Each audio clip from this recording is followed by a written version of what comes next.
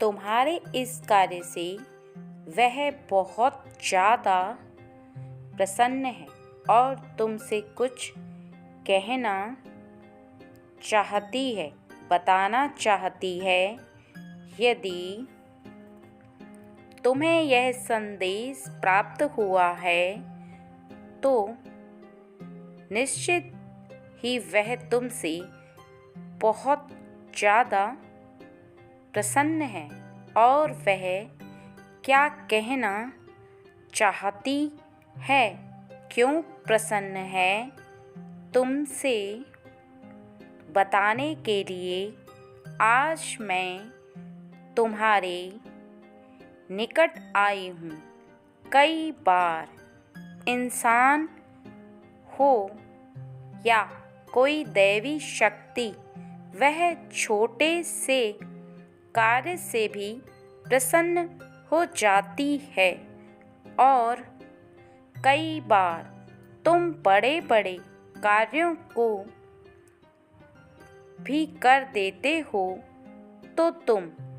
उसे प्रसन्न नहीं कर सकते। यह केवल भावनाओं का जुड़ाव होता है और तुम्हारे कर्म का भी। तुमने किस भाव से उस कर्म को किया है वह महत्व रखता है। जिस प्रकार एक साफ और शुद्ध भाव से और प्रेम से यदि एक पत्ता भी दैवी शक्ति को चढ़ा देते हो तो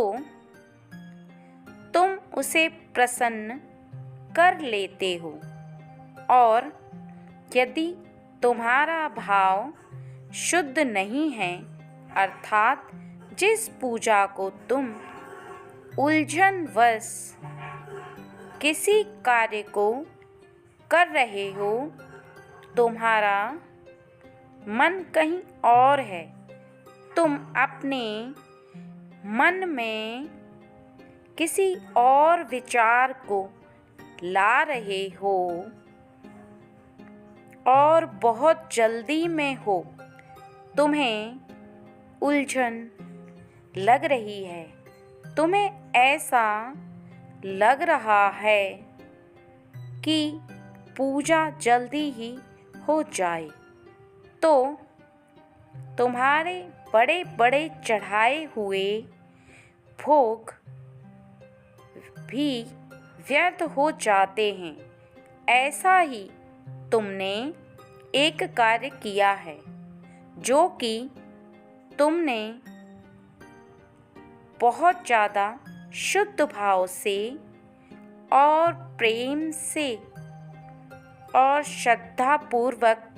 किया भी है और कर भी रहे हो, इसलिए वो प्रसन्न है। अर्थात वह कौन है? वह तुम्हारी माँ लक्ष्मी है और मेरी बहन, जो कि तुमसे बहुत ज़्यादा प्रसन्न हो रही है और तुम्हें कुछ देना चाहती है। तुम लेना चाहते हो तो पहले कुछ बातों को जान लो। वह तुम्हें आशीर्वाद के रूप में धन्य धान्य से परिपूर्ण बनाना चाहती है तुम्हारे जीवन में, और तुम्हारे घर में किसी भी चीज़ की कोई कमी नहीं होगी, लेकिन उसके पहले तुम्हें कुछ बातों को याद रखना बहुत ज़्यादा ज़रूरी है, जो कि यदि तुम हमेशा याद रखोगे तो वह हमेशा तुम्हारे घर को धन धान्य से और लक्ष्मी से परिपूर्ण बनाकर रखेगी और हमेशा तुम्हारे घर में बरकत भी बनी रहेगी। तुम अपने घर में किस दिशा में पूजा करते हो, उस दिशा का विशेष ख्याल रखना और उस दिशा को बहुत ज़्यादा साफ सुथरा रखना तुम्हें बहुत ज़रूरी है। ध्यान रखो कि तुम एक ऐसी दिशा में पूजा करो जो दिशा तुम्हारे लिए बिल्कुल सही हो और साफ सुथरी हो, जहाँ पर शांति का वातावरण हो और तुम्हारा मन पूजा के समय बहुत ज़्यादा उस तरफ मुँह करने पर शांत होकर लगे। क्योंकि जिस समय तुम पूजा करने बैठते हो उस समय यदि तुम्हारा मुंह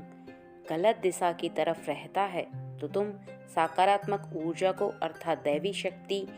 जिसको आह्वान करते हो और जिसका स्मरण करते हो उसमें तुम्हें कठिनाई होती है, क्योंकि तुम्हारा ध्यान एकत्र नहीं हो पाता। उसका कारण केवल गलत दिशा की तरफ मुंह करके बैठना होता है,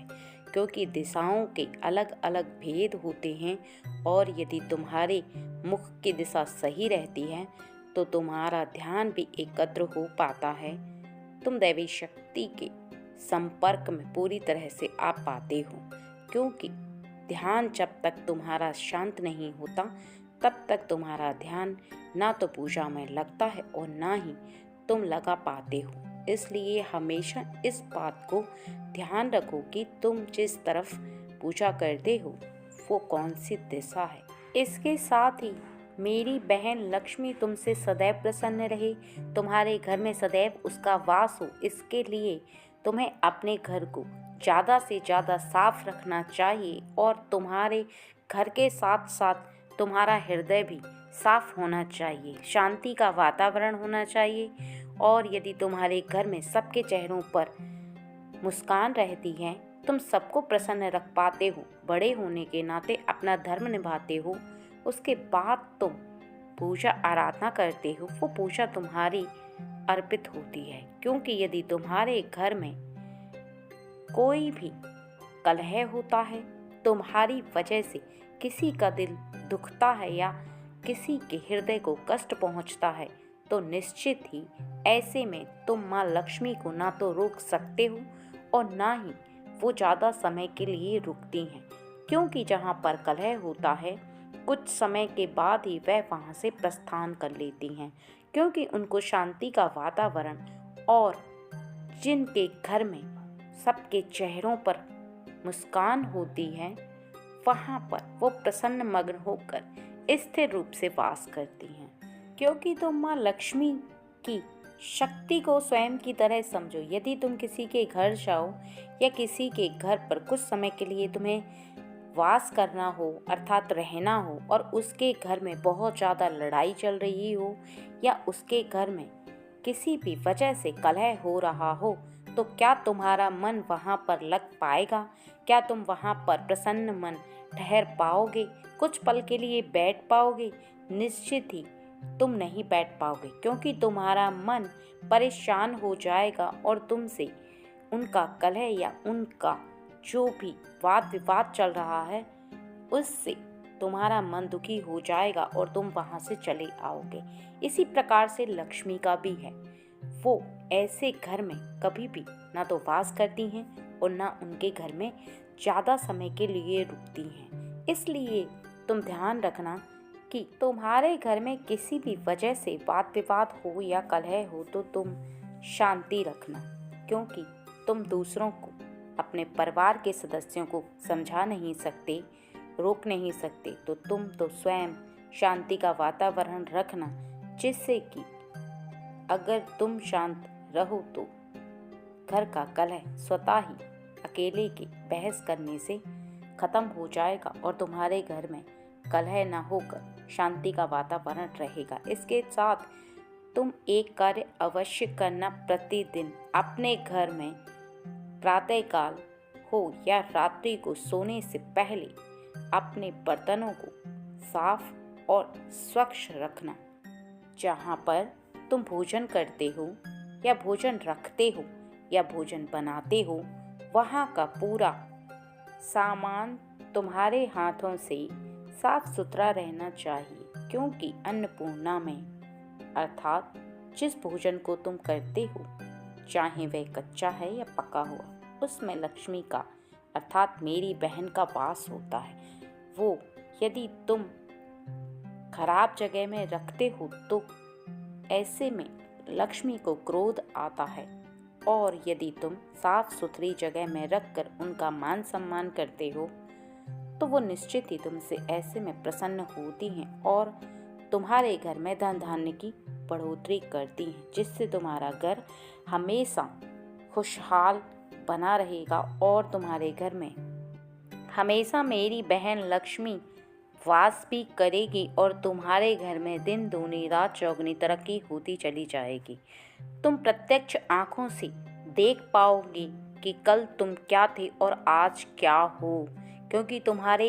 हर एक दिन ऐसे मार्ग खुलेंगे जिनका तुम सोच भी नहीं सकते, और तुम्हें ऐसे ऐसे मार्गों पर स्वतः ही चलने का अवसर प्राप्त होगा जिन पर चलकर तुम बहुत आगे तक जा पाओगे। तरक्की के लिए वो हर कार्य करने की शक्ति भी प्राप्त होगी, तुम्हें धन भी प्राप्त होगा, हर वो कार्य तुम कर पाओगे जो तुम अभी तक करना चाहते थे। इसीलिए जो बातें बताई हैं उनको ध्यान रखना, क्योंकि मेरी बहन तुमसे बहुत ज़्यादा प्रसन्न है और आगे वो तुम्हारे घर को धन धान्य से परिपूर्ण बनाने वाली है। इसलिए ऐसी कोई गलती मत करना। सदा खुश रहो मेरे बच्चे।